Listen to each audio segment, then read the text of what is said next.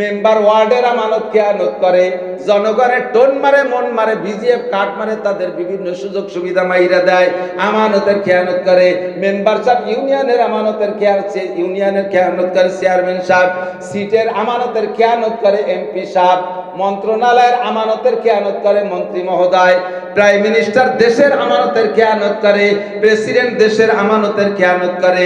আরে যারা যে জায়গা আছে, স্কুলের প্রধান শিক্ষক স্কুলের আমানতের খেয়ানত করে, কলেজের প্রধান শিক্ষক কেশিয়ার যে কলেজের আমানতের খেয়ানত করে। যারাই আমানতের খেয়ানত করে তারাই মুনাফিক। মসজিদের কেশিয়ার মসজিদের ক্যাশ মারিয়ে দেয়, যে টাকা উম্মত জানে না ওনার কাছে কালেকশনে আছে, মানুষে না জানলে সেইটা তিনার হইয়া যায়। মাদ্রাসার বড় হুজুর, মাদ্রাসার মুহতামিম মাদ্রাসার টাকা মাইরে দেয়, কোন জায়গা থেকে কিভাবে তার কাছে আসে জনগণ জানে না। দেনেওয়ালা আর আল্লাহ আর কালেক্টর দুইজনে জানে। ভালো করে মনে রাখবেন, আমানতের টাকা মাইরে খাওয়া, আমানতের খেয়ানত করা হারাম। হারাম হারাম হারাম।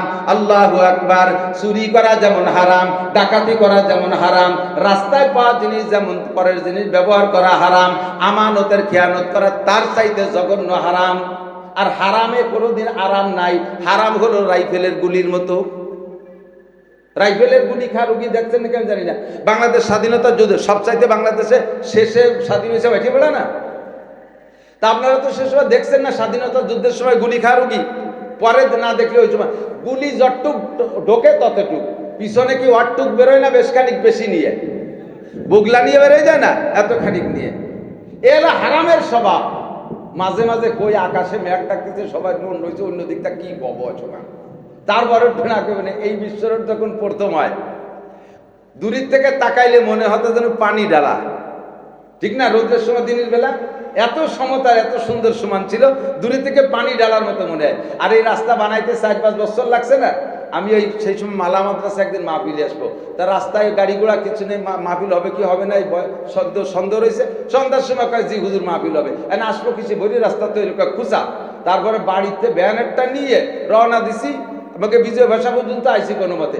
বিশ্ব রোডে ওঠার পরে আর ভ্যান চালানো গেল না, ভ্যান আলাও ভ্যান ঠেলে, আমিও ঠেলি, দুইজনে ঠেলিয়ে নিয়ে আইসি।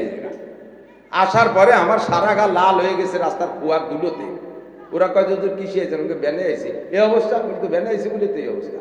ব্যানালাও ঠেলছে, আমিও ঠেলছি।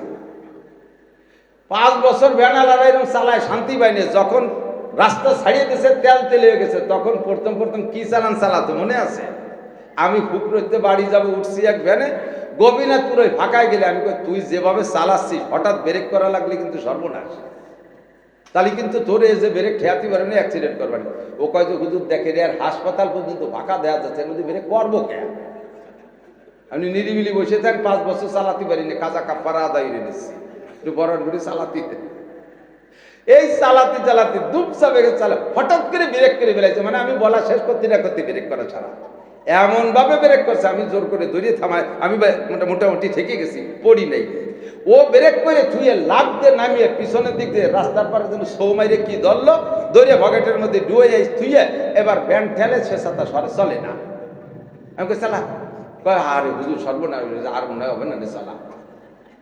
ও পিছনের দিক দিয়ে আর একটা ভ্যান পাই নাকি আমার উঠে দেবে, কয় চালা, কয় না হুজুর আর চালানো যাচ্ছে না। কি হয়েছে? কয় ব্রেক ভাঙ্গে চাকার মধ্যে ঢুয়ে গেছে। তো তুই এই মরা ব্রেক কেন করলি? কি জন্য ব্রেক করলে? লাভ দিলি, দৌড় দিলি, পিছনে সৌ মারলি, কি ধরলি? কয় যে হুজুর দিয়ে যে 10টা টাকা ফেলানু, চিন্তা করলাম যে কেউ না তো কেউ নেবে, তার সাথে এবার আল্লাহ পয়সা করে দিলে একটা মানি ব্যাগ কিনবো ইনশাআল্লাহ। এই মানি ব্যাগের এক পাশে মাদ্রাসার টাকা থাকে, এক পাশে আমার টাকা থাকে। 5 টাকা যদি এর ভিতরে মাদ্রাসার আছে, আমার কাছে 5 টাকা বাংটা নাই, 500 টাকার নোট আছে। দোকানে থেকে পান খাবো, আল্লাহর কসম আমি মাদ্রাসার 5 টাকা দিয়ে পান খাইতে পারি, পরে ওই 5 টাকা দিয়ে দিলেও দিতে পারবো। আমি ওই 5 টাকা দিয়ে পান খাই না। আমি আমার 500 টাকা ভাঙ্গায় আমি পান খাবো, তুমি মাদ্রাসার 5 টাকা খাবো না। প্রতিষ্ঠানকে বড় করার জন্য শতভাগ আমানতদারি থাকতে হবে। এ দুনিয়ার মানুষকে, দুনিয়াকে আল্লাহ তাআলা চালায়, দুনিয়াকে আল্লাহ তাআলা চালায়। আল্লাহর যে গুণ আছে, প্রতিষ্ঠানের একজন মানুষের ভিতরে আল্লাহর একটা গুণ থাকতে হবে, তাহলে প্রতিষ্ঠান বড় হবে। আল্লাহ হাজার কোটি কোটি মানুষকে খাওয়ায়, কোটি কোটি প্রাণীকে খাওয়ায়, আল্লাহ কি খায়? কথা কয় আল্লাহ খায়? আল্লাহ খায়? আল্লাহ যদি খাইতো তাহলে আমাকে এত খাতি দিত না। আল্লাহ খাইয়ে দেয়, থাকলে চারটে খাতাম, নালি না খাতাম। প্রতিষ্ঠানকে বড় করতে হলে প্রতিষ্ঠানের একজন মানুষ বড় হতে হবে, যার ভিতরে আল্লাহর এই গুণটা থাকতে হবে। উস্তাদরা খাবে, ছাত্ররা খাবে, বাবরচিরা খাবে, স্টাফে খাবে, আমি খালি খাবো না। যদি প্রতিষ্ঠানের প্রতিষ্ঠাতা, যদি প্রতিষ্ঠানের পরিচালক খেয়ানত করনেওয়ালা হয়, তার হাতে প্রতিষ্ঠান জীবনে হবে না।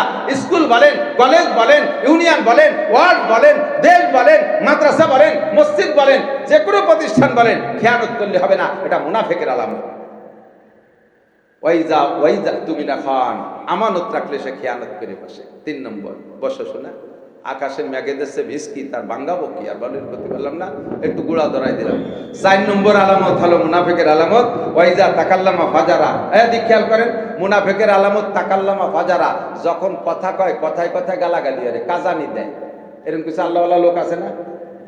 মসজিদিতে নামাজ পড়ে বার হয়ে 7 দোকানে, তাও হাঁটার মতো কাজাতি কাজাতি যায়।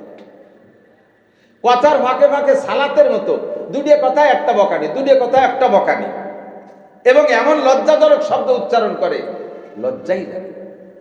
বাপে মেয়ের সামনে এমন লজ্জাজনক ভাষা দেয়, নারীদের শরমগাহ উচ্চারণ করে বাপে মেয়ের সামনে বকানি দেয়, ছেলেতে মার সামনে নারীদের শরমগাহ উচ্চারণ করে বকানি দেয়। হুজুর বলেন, আমি মেরাজের রাত্রে যে জাহান্নামের ভিতরে এক শ্রেণীর মানুষকে দেখি, তাদের মুখের আকৃতি নারীদের শরমগার মতো। জিজ্ঞেস করলাম, জিব্রাইল এরা কারা? জিব্রাইল বলে, হুজুর এ সবই আপনার উম্মতের পিকচার আপনাকে দেখানো হচ্ছে, এগুলো সব আপনার উম্মতের বাস্তবতা। আপনার উম্মতের মধ্যে যারা কথায় কথায় নারীদের শরমগাহ উচ্চারণ করে বকানি দেয়, তাদের শাস্তি লক্ষ লক্ষ কোটি কোটি বছর জাহান্নামের ভিতরে তাদের চেহারা নারীদের শরমগার মতো হয়ে থাকবে। যারা কথায় কথা পুরুষের শরমগাহ উচ্চারণ করে বকানি দেয়, তাদের 2টা চোখ থেকে 2টা পুরুষাঙ্গ বেরিয়ে আসবে। যতদিন পর্যন্ত ওই গুনাহ মোচন না হবে, ততদিন পর্যন্ত আপনি জান্নাতে যেতে পারবেন না। তাই কি আপনার আমলনামায় যত নেকি থাকুক না কেন, ওই গুনাহ মোচন করার জন্য জাহান্নামে আপনার পোড়া দেওয়া হবে। আর এই নারী পুরুষের শরমগাহ উচ্চারণ করে বকানি, এটা বাংলা ভাষায় বাঙালিরা বলে, প্রত্যেক জাতি যার যার ভাষায় এই কথাটা বলে থাকে। এই কথাটা সব জাতি এক করে, আমেরিকা থেকে জাপান পর্যন্ত বিশ্বের যত জাতি আছে, প্রত্যেকে রাগ করলে নারী পুরুষের শরমগাহ উচ্চারণ করে বকানি দেয়। আস্তাগফিরুল্লাহ, আস্তাগফিরুল্লাহ, লজ্জার ব্যাপার। আপনি জবানকে কন্ট্রোল করেন। ওই যা তাকাল্লামা ফাজারা, কথায় কথা গালি দেয়। সবচাইতে বেশি বেকায়দা হলো মহিলাকে নিয়ে। মহিলারা, পুরুষরা অনেকক্ষণ পর্যন্ত, মানে পুরুষরা বেশিক্ষণ বকাবকি করে না, 2 সাইডে গালির পরে পুরুষরা হাতের আমল শুরু করে দেয়, কিলে কিলি ঘুষো ঘুষি বাড়ি বাড়ি একটা কিছু করে টরিয়ে অল্পের মধ্যে সারি বাড়ি চলে যায়। আর মহিলারা এই পচা কথা 3-4 দিন পর্যন্ত এক ঝগড়া টাইনিয়ে নেয়। আজকে সকালে তো শুরু হচ্ছে, সন্ধ্যে মধ্যে ঝগড়া হয়ে মোটামুটি আজকে রাসন শেষ করে আবার সকালে উঠিয়ে আবার শুরু করে দেয় সেই জায়গা থেকে। এইভাবে যে ওয়াকত্ব ভাষায় গালাগালি কাজাকাজি করে, হুজুরকে এটাও মুনাফিকের আলামত। 5 নম্বর মুনাফিকের আলামত হলো, মুনাফিক মসজিদে যায় সবাই পিছে আর বেরোয় যায় সবাই আগে। মুনাফিকের মসজিদের মধ্যে ভালো লাগে না, 4 দোকানে ভালো লাগে, কোনো মতে সালাম ফিরেতে যে দেরি। আল্লাহু আকবার।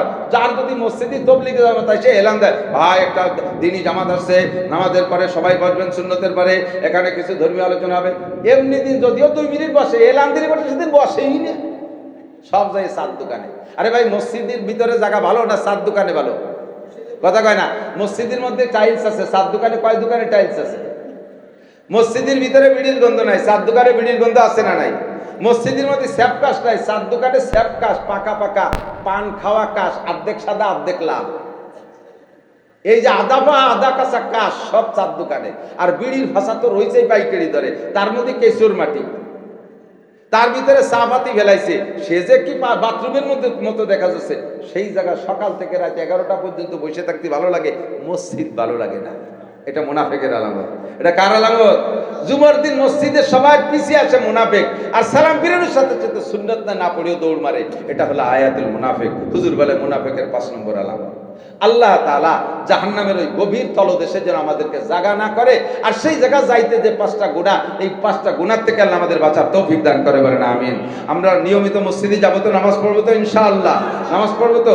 আগে যাব পরে বের হব, আগে যাব, তাতে পরে বের হইতে মেলা ঘন্টা খানিক লাগে না, 2-3 মিনিট দেরি হলে সবাই সে পিছিয়ে পড়া যায়, আর তাতে আপনি মুমিনের খাতায় নামটা লেখানো হয়ে যাচ্ছে। কথা বলুন ঠিক কিনা?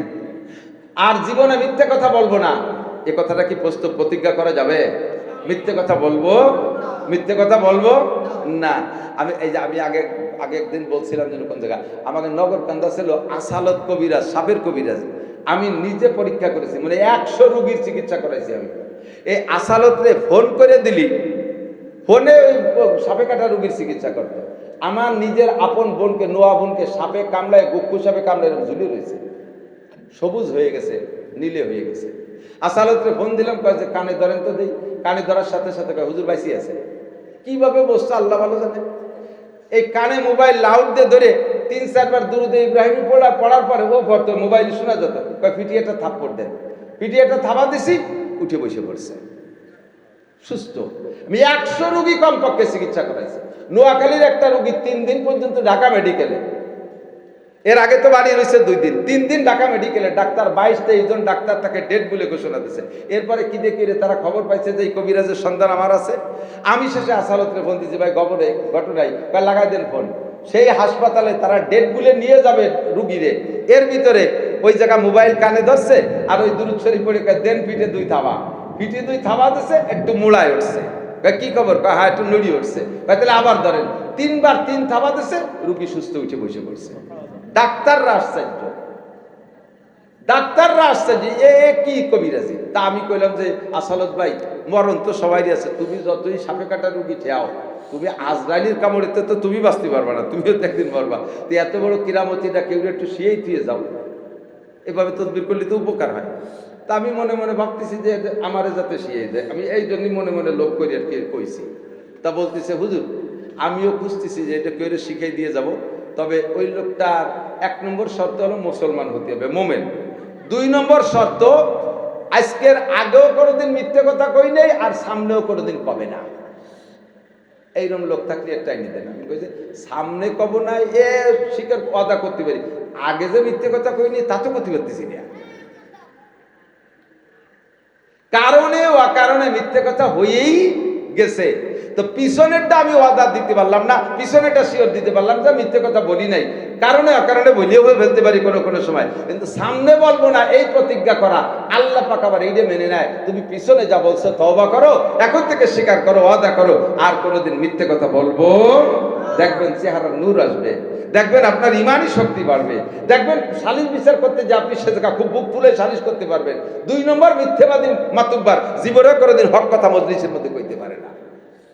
3 নম্বরে ওয়াদা খেলাফ করবো না, যা বলবো তাই, যা বলবো তাই। আমি এখন এই যে মাহফিল আজকেও আসছে, একজন এসে আমার এমন অফার দিয়েছে, যদি এই তারিখটা আমার দেন 1 লক্ষ টাকা দেন।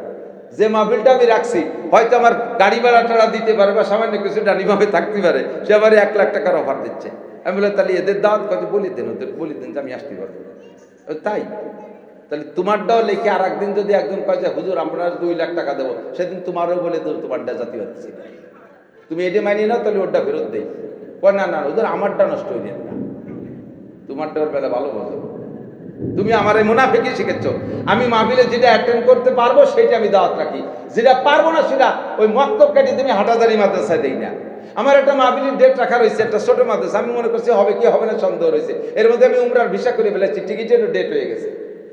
এর ভিতরে তারা যোগাযোগ করছে, হুজুর আমাদের মাহফিল কিন্তু ঠিক আছে, আমি উমরা ক্যান্সেল করে দিই। উমরা আমার নফল, আমার মাহফিলে অ্যাটেন্ড করা একটা ওয়াজিব, আমি ওয়াদা করছি। আমি আগে পৌঁছে যাই, পিছে খুব কমই পড়ি আল্লাহর রহমতে। আমি কখনো মাহফিল ক্যান্সেল করি না, মাহফিল মিস করি না। 5টা দাওয়াত রেখে বক্তারা 2টে হাজির হয়, 3টে মাইতে দিয়ে চলে যায়। এই সমস্ত মুনাফিকদের দিয়ে ওয়াজ করে কোনোদিনও সেই ওয়াজে হিদায়ত হবে না। আমারও যে হিদায়ত হবে কি হবে না তা আমি জানি না, তবে আমি যেটা বলি আমার অন্তর থেকে যেটা আমি যেটা আমল করতে পারি সেটা আপনাদের সামনে আমি পেশ করি সাধ্য অনুযায়ী। আমি যদি কেউ টাকা কর্জ দেবো বলে ডেট দিচ্ছি, অমুক তারিখে কর্জ দেবো, সেই দিন আমি তার বাড়ি আগে টাকা দিয়ে আসি। দুঃখের বিষয় আমার আগেই দেওয়া টাকা সে আমার টাইম মতো দেয় না। পরে দেওয়ার সময় তুমি দিয়ে যে উপকার করছিলে ফিরিয়ে নিয়ে তার চেয়ে ক্ষতি নিয়ে এত বড় বেকায়দা উম্মতের ভালাই করছে। তাহলে ওয়াদা খেলাফ করবো না, মিথ্যে কথা বলবো না, অকথ্য ভাষা গালাগালি করবো না, আর আমানতের খেয়ানত করবো না, আর মসজিদে আগে আগে যাব। এই 5টা কথা কি মনে রাখা যাবে? ইনশাআল্লাহ মনে রাখা যাবে। তাহলে মনে রেখে 10 জন মানুষও যদি আমল করেন তাহলে আজকের মাহফিল সফল আলহামদুলিল্লাহ। এখন আমাদের মুরব্বী জনাব আব্দুল গফফার সাহেব বহুত কষ্ট করে, এতে কিছুই ছিল না থেকে এ পর্যন্ত নিয়ে আসছে। ওই পাশে এই পাশে কতবার ঘুরতে ঘুরতে এখন বেশ সুন্দর একটা জায়গা, এমন সুন্দর একটা জায়গা এ যদি আমার হাতে পাইতাম, আমার বিশ্বাস যে একদিন আমি 5তলা দালান বানাই ফেলতে পারতাম। কিন্তু উনি তো আমার মতন ভাইরাল মানুষ না, ওনার তো এত বড় লোকদের সাথে সম্পর্ক নাই। তারপরও কষ্ট করে মোটামুটি ইট্টির গাইতে সুন্দর একটা মসজিদ, এ পাশে একটা রুম, ওই পাশে একটা রুমের গাথা আছে, ছাদ দিতে হবে, ছাদের রডও জোগাড় করছে, খোয়াও জোগাড় করছে না, কুয়া হয়েছে, বালিও একটু হয়ে গেছে, সিমেন্ট বাকি আছে। আমরা এই যে যতটুক জায়গা, আমার মনে হয় বেশি লাগবে না, 50-60 বস্তা সিমেন্টও নিয়ে যাবে, 50-60 বস্তা সিমেন্টও নিয়ে যাবে, সাতটা 50-60 বস্তা সিমেন্ট। আমার মাদ্রাসায় 3000 স্কোয়ার ফিট মসজিদ করছি, সেদিন 250 বস্তা সিমেন্ট লাগছে। তাতে এখানে যতটুক 60 বস্তা সিমেন্ট লাগবে। আমার মনে হয় এখানে দুইজন, খেয়াল করতেছেন তো সবাই? খেয়াল করবেন তো ইনশাল্লাহ? যা বলবো সামনে অল্পক্ষণের ভিতরে ইনশাল্লাহ দোয়া করে দেবো, ভয় নাই। খুব জরুরি কয়েকটা কথা আমি কোরআন শরীফ থেকে নিয়ে আসছি। নবী আলাইহিস সালাতু ওয়াস সালাম আপনাদেরকে নিয়ে, যেমন আমি এখন কথা বলতেছি, আমরা বক্তারা কথা বলছি, হুজুর আলাইহিস সালাম সাহাবায়ে কিরামদেরকে নিয়ে এভাবে বসতেন, বসে কথা বলতেন, বেশিরভাগ মসজিদে নববীতে। মদিনায় যাওয়ার পরে, মক্কায় থাকাকালে মক্কা কাবার চত্বরে বসার সুযোগ দিত না। আবু জাহেল, আবুল আহাব, উতবা, সাইবা, ওলীদ ইবনে মুগীরা, এই বড় বড় লিডাররা হুজুরকে মাঠে বসতে দিতেন না। হযরত আরকাম রাদিয়াল্লাহু তাআলা আনহুর বাড়ি হুজুর বসতেন, সেখানে বসে ছাত্রদেরকে পড়াইতেন। মদিনায় যে হুজুর মসজিদে নববীতে স্বাধীন মনে বয়ান করতেন। আবার কখনো কখনো, কারেন্ট তো নাই, সে সময় তো কারেন্ট ছিল না, গরমের সময় ভিতরে যদি গরম লাগে, হুজুর পাহাড়ের ছায়ায়, পাহাড় ছিল উঁচু উঁচু, পাহাড়ের পাদদেশে ছায়ায় যাইয়া সাহাবায়ে কিরামদেরকে নিয়ে আসরের পরে বসে ছায়া জায়গা বসে বসে কিছু বয়ান করতেন। কি হলো, বৃষ্টি নামতেছে? বাপরে বাপ, মেঘ ডাক দিছে, তাই এই অবস্থা। হরিণীর মতো, হরিণ এত সতর্ক প্রাণী, ওর পেটের মধ্যে যদি ডাক দিয়ে ওঠে, মনে করছে বাঘের শব্দ নাকি, ঢুয়োটা 3-4 সময় দৌড়ে গেলে। উম্মত হজের মাঠে হরিণীর চাইতে সতর্ক, ডাক দিছে, মেঘের নিজের পেটের মধ্যে গুড়ুম গুড়ুম করে উঠছে। আরে ভাই, যতটুকু ঘর আছে আর আমরা যে কজন মানুষ ভিতরে ইনশাল্লাহ বসতে পারবো, ভিতরে অসুবিধা নেই, ঠিক আছে না? সংক্ষিপ্ত কথা চলে আসি। তো হুজুর আলাইহিস সালাতু ওয়াস সালাম সাহাবায়ে কিরামদেরকে নিয়ে বয়ান করতেছেন। এই বয়ানের ভিতরে যে মেঘের আওয়াজ না, এই আওয়াজ টের পাচ্ছি। আওয়াজটা কোন জায়গা থেকে আসতেছে? আকাশে মেঘের থেকে আওয়াজ না, এই আওয়াজ একরকম আওয়াজ। ট্রাকের টায়ার বাস্টলে আর এক রকম আওয়াজ, টিনি টিনি বাড়ি দিলে আলাদা রকম আওয়াজ, কাঠে কাঠে বাড়ি দিলে আলাদা আওয়াজ, ঠিক কি ঠিক না? প্রত্যেক আওয়াজ আলাদা আলাদা রকম। তো আজকে একটা আওয়াজ আসছে মাটির নিচ থেকে, এই আওয়াজটা কেউ কোনোদিন এরকম আওয়াজ শোনে নাই। নতুন আওয়াজ শুনে সাহাবায়ে কিরাম মাটির নিচ থেকে আওয়াজ সব আচমকা খেয়ে গেছে। হুজুর আলাইহিস সালাতু ওয়াস সালাম জিম ধরে গেছে। চতুর্দিক থেকে মদিনার মানুষ হুজুরের দিকে আসতেছে, হুজুর নিচের থেকে আওয়াজ, তাকে ইসরাফিল আলাইহিস সালাম সিংহায় ফু দিল, কিয়ামত হবে নাকি, এগুলো হুজুর জিম ধরে গেছে। মদিনা ওয়ালারা ভয় পেয়ে দৌড়িয়ে আসতেছে। হুজুর চক্ষু বন্ধ করে কিছুক্ষণ থাকার পরে সাহাবায়ে কিরাম বললেন, আইয়ু সাউতিন হাজি হাজি ইয়া রাসূলুল্লাহ, হুজুর এটা কিসের আওয়াজ? হুজুর বললেন, এটা একটা নতুন আওয়াজ। কিসের আওয়াজ? কয় যে আল্লাহ পাক রব্বুল আলামিন জাহান্নামকে পরিপূর্ণ উত্তপ্ত করে, কমপ্লিট করে, এবার জাহান্নামের উপরের থেকে একটা পাথর ছেড়েছিলেন। যেদিন জাহান্নাম কমপ্লিট হয়ে গেছে, সেই দিন একটা পাথর ছাড়ছে, ওই পাথরটা আজকে জাহান্নামের তলদেশে গিয়ে পড়ছে। বোঝেন নাই? তাহলে হুজুর এই পাথরটা ওজন কতটুক? হুজুর বলেন, জিবরাইল আমাকে জানাই দিছে, এই পাথরটা যদি জমিনের উপরে রাখা হয় আর সারা পৃথিবীর সমস্ত মানুষ যদি একসাথে এই পাথরটার উঁচা করার চেষ্টা করে, তাহলে মাটির থেকে 1 আঙ্গুল পরিমাণ উঁচু করতে পারবে। এত ভারী পাথর জাহান্নামের উপরে থেকে ছাড়ছে, আর সেই পাথরটা আজকে যে নিচে পড়ছে, কত লক্ষ কোটি বছর আগে ছাড়ছে আল্লাহই ভালো জানে। আর আজকে নিচে যে পড়ছে, সেখান থেকে একটা শব্দ আছে, এই শব্দটা সেই শব্দ। তাহলে অনুমান করেন জাহান্নাম কত গভীর। সাহাবায়ে কেরাম শুনিয়ে তাদের তো দিল নরম, কান্নাকাটি শুরু করে দিয়েছে। হুজুর, তাহলে জাহান্নামের এই গভীর, এত গভীর জাহান্নাম, জাহান্নামের উপরে যারা থাকবে ভাসমান, তারা কোনো না কোনো ভালো মানুষের নজরে পড়বে, হক্কানি উলামায়ে কিরামের নজরে পড়বে, পীর মাশায়েখদের নজরে পড়বে, জান্নাতি প্রথম কাতারের মানুষের নজরে পড়বে, নবী রাসূলদের নজরে পড়বে, সুপারিশ করে তারা তাদেরকে জান্নাতে নিয়ে যাবে। যে মানুষগুলো এত গভীরে থাকবে, তারা তো সচরাচর ভালো মানুষের নজরে পড়বে না। এই মানুষগুলোর কি উপায় হবে? তারা এত নিচেই থাকবে। হুজুর বললেন, তাদের সুপারিশ করার কেউ থাকবে না। সাহাবায়ে কিরাম পাগল হয়ে গেছে, হুজুর তাহলে এত গভীরে কারা থাকবে? হুজুর একটু কন, আমরা কি অত নিচেই থাকবো নাকি? হুজুর বলেন, লা তাহজানু ওয়ালা তাখাফু, তোমরা টেনশন করো না, তোমরা ভয় পেও না, ওই জায়গায় থাকার মানুষ আছে আলাদা। ভাই তারা কারা? হুজুর বললেন, কোরআন শরীফের আয়াত পড়ে শুনিয়ে দিলেন, ইন্নাল মুনাফিকিনা ফিদ দারকিল আসফালি মিনান নার, কাফেররাও অত তলে থাকবে না, কাফেররাও তো নিচেই থাকবে না, কাফেররাও মাঝখানে থাকবে, কাফেররা অন্যান্য জাহান্নামে থাকবে। আর মুমিন যারা জাহান্নামে যাবে তারা ভাসমান উপরে উপরে থাকবে। হক্কানি পীর মাশায়েখ শহীদরা উলামায়ে কেরামরা সুপারিশ করে হাজার হাজার মানুষকে জান্নাতে নিয়ে যাবে, কিন্তু জাহান্নামের এই গভীর তলদেশে থাকবে যারা, তারা হলো আমার উম্মতের মধ্যে যারা মুনাফিক। সাহাবায়ে কেরাম এবার পাগল হয়ে গেছে, হুজুর তাড়াতাড়ি বলেন মুনাফিক কারা? আনাহনু মুনাফিকিন, আমরা কি মুনাফিকদের দলভুক্ত নাকি একটু বলেন। হুজুর মুনাফিকের আলামত কি, মুনাফিক চিনার উপায় কি? হুজুর বলেন আয়াতুল মুনাফিকে সালাসা, এই কথাটাই সকলে স্মরণীয়, একটু নড়বেন না। হুজুর বলেন মুনাফিকের আলামত তিনটা, এই হাদিসের মধ্যে বলেন মুনাফিকের আলামত তিনটা। বলেন তো মুনাফিক থাকবে কোন জায়গায়? জাহান্নামের সবচাইতে তলদেশে। জাহান্নামের তলদেশ কত গভীরে একটু আন্দাজ করছেন? ওই পাথরটা যে আজকে মাত্র পড়লো, সেখানে লক্ষ লক্ষ কোটি কোটি বছর পরে এত ভারী পাথর যেই জায়গা গেছে, সেই জায়গাটা জাহান্নামের কত তলদেশ, ওই জায়গা পড়ে থাকবে মুনাফিকরা। হুজুর বলেন মুনাফিকের আলামত তিনটা। এক নম্বরে ইজা হাদ্দাসা কাযাবা, মুনাফিক কথায় কথায় মিথ্যা কথা বলে। মুনাফিক চিনার এক নম্বর আলামত, মুনাফিক মিথ্যা কথা বলে। আকাশে মেঘ ডাকতেছে যে কোনো সময় নেমে পড়তে পারে, বিদায় ভালো করে চাবাতে পারতেছি না, দমাদম গিলে সারতেছি।